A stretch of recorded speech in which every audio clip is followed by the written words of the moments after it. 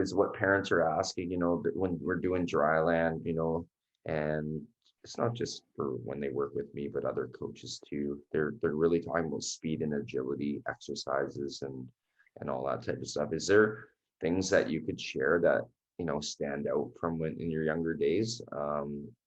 I know we've talked about it a little bit before I've asked the question, but just I think the followers um, would be good if they heard it from you, kind of thing. Yeah, for sure. I mean, I wouldn't say there's like one thing in particular that I did that, changed everything for me. But you know, I had some skating coaches, like I was out there with Dennise a lot, earlier in my career as well, and I did a lot of different things. But like your edges, the edge work is so important, and the balance that you have on your feet, that's so important for skating. But honestly, it was just getting your feet moving, like the quick feet, like that's just getting your feet going as quick as you possibly can. You've always had that. You're extremely good east-west, like laterally, as much as you're fast north-south too. But is there, like, when you say like getting your feet moving, does that contribute to like off-ice exercise that you're doing, change of direction stuff or quick, like, or is it just the mindset that you're doing? Like what's... Yeah, I think it's both. Like obviously, anything you could do is going to help, whether that's off ice, on ice, anything. It's always going to help. But yeah, I think, like I said, I've said it like 3 or 4 times now, but it's just skating more and just getting out there and just being comfortable on your skates, and just really pushing yourself too. Like I did a lot of kind of like overspeed drills, and like just really trying to push yourself and just get your feet moving as fast as you possibly can. I think a lot of times guys stop, and I think you could actually go a lot faster than you think. And that was with local power skating coach here, Dennise Bowles. Like you did a lot of overspeed stuff with her as well.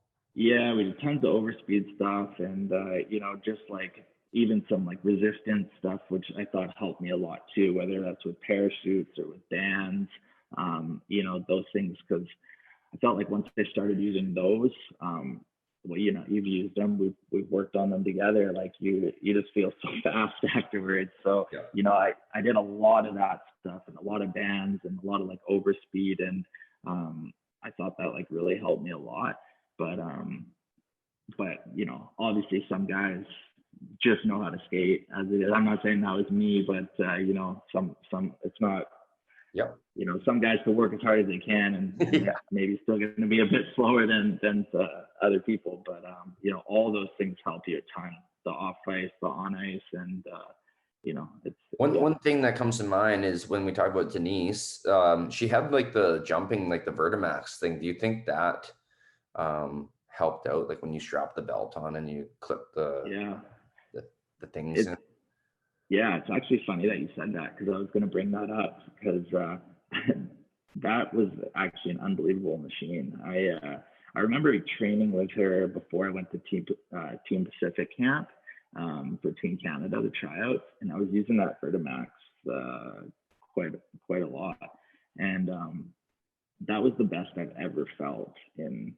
Like, so when you say that, like I kind of have an idea of what it's like. It's a lot of plyometric. You're jumping a lot, and with the things that resistance it straps onto you, it just creates that, the resistance, I guess, is what you're saying. Exactly.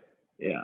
So it's just like what I said, like that's off ice, but it's just resistant bands, right? And that just goes back to what I said, what I was doing on the ice as well, and yeah, I just remember training with that and doing a lot of that resistance stuff, and then going to camp, and that was the best I've ever felt. And when you're on that Vertimax, are you doing like for time or for reps? No, it's more for reps. There's no. You just do 10 or you do 20, or like you're trying to burn the legs. Yeah, like I haven't been on it for a little while, but it was more like, I think 10 high knees, or like 10 or 20, like that's how she was doing it with me. But I'm sure there's tons of different ways. Oh yeah. I'm sure she would know though what can help her become a really good skater and building the skater leg type thing. So Yeah, for sure. Yeah. okay, interesting. Yeah, anything else that you'd like to share, even going into from your WHL uh, to the pros, and what it was like in the grind of the pros, especially as a rookie, and to the success that you've had today? Yeah, I mean, I just remember after finishing my WHL career in Edmonton, there I got called up and to Alaska, and that's when I went. I didn't even come home. I went straight from Edmonton right to Alaska, and I remember going, or sorry, not to Alaska, to Vegas, and I met the guys in Vegas, and I remember it was so funny because guys are in Vegas, and I had to just stay in my room, like I wasn't even old enough to like do anything, and but I remember going there and meeting the guys, and I just felt so young because in the ECHL there are a lot of older guys, and that team in particular, the Aces, they had a lot of older veteran guys, and Yeah.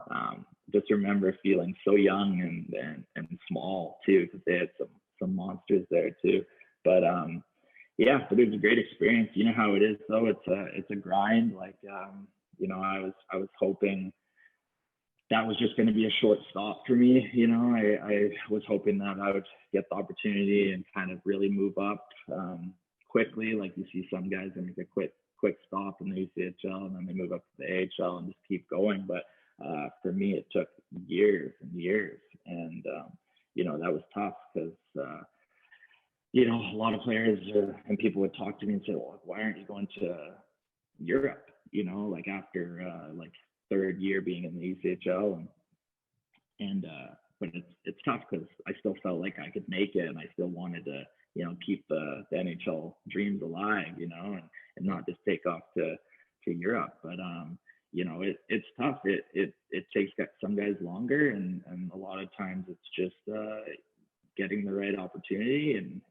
getting a little bit lucky sometimes as well. And I ended up playing in the AHL, which was great for a couple of years. But yeah, but it's a grind. It's it's both leagues, ECHL, AHL. They're tough schedules. It's so many games, so much travel. Like you've done it, and it's an absolute grind. But it's great as well. So. Yeah, and talking about your AHL making it that one step away to the NHL,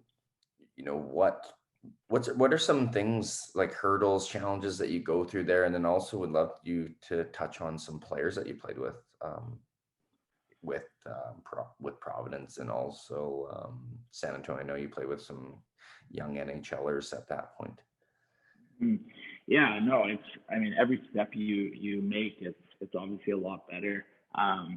But the AHL, yeah, it's like I said, it took me so long, and then I finally got that call up and played really well, and then kind of just stayed for a couple of years. But they were both. Providence was great. I going in there was such a good experience. The coach there was Bruce Cassidy, who I think he won Coach of the Year in the NHL. I think he did. I don't know if it was last year or 2 years ago, or or I think he was a nominee this year. But anyways, he's the one that kind of took the chance on me. I was at their camp in Providence, and I had a really good camp, and he called me in and he said, like, we really like you, but like we have too many guys basically, and tons of guys in the system. But they said, if you play well, like you're gonna be the first guy called up. And I was kind of just thinking to myself, and I've heard it before, but I think it was like a month into the season, and or something like that, and I got a call from them and got to go up there. So but it's really cool. They once you get to that AHL level, it's still a grind, but you're just that much closer. I'm not saying I was close to making an NHL or anything, but you just feel it. You have the NHL players coming up and down, and you have the NHL skills coaches that are working with you like consistently, and it's just a really cool feeling to be there. And then talking to the guys that work for the big club, and everything. So, you know, it was a great experience there, and great experience in San Antonio as well.